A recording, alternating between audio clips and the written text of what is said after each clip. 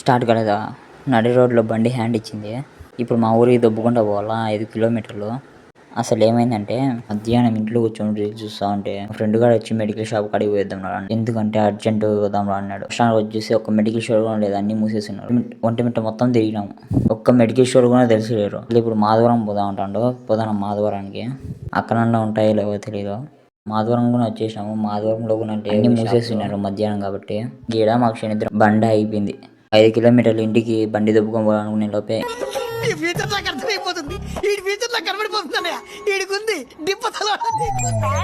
ఇంకా ముందర పక్క అయితే పెట్రోల్ బంక్ అయితే ఉంది. తిరుపతిలో వెంకటేశ్వర స్వామి చూసినప్పుడు కూడా ఇంత ఆనందం కలగలేదురా. ఆ పెట్రోల్ బంక్ దాకా బండిని దుబ్బుకొని పోయినాము. పోయేసి పెట్రోల్ అయితే పట్టించేసుకున్నాము. ఇప్పుడు ఇంటికి రిటర్న్ అయితే వెళ్ళిపోతాము. ఒక మెడికల్ షాప్ లేవు, అన్ని ఈ చలివేంద్రం చూడండి ఎలా పెట్టాడో. చుట్టూ చెక్కలు పెట్టేసి చెక్కల మధ్యలో ఎండ కాకుండా మిషన్ పెట్టాడు. ఈ ఎండకి నా గుండె డీహైడ్రేషన్ అయిపోతుంది.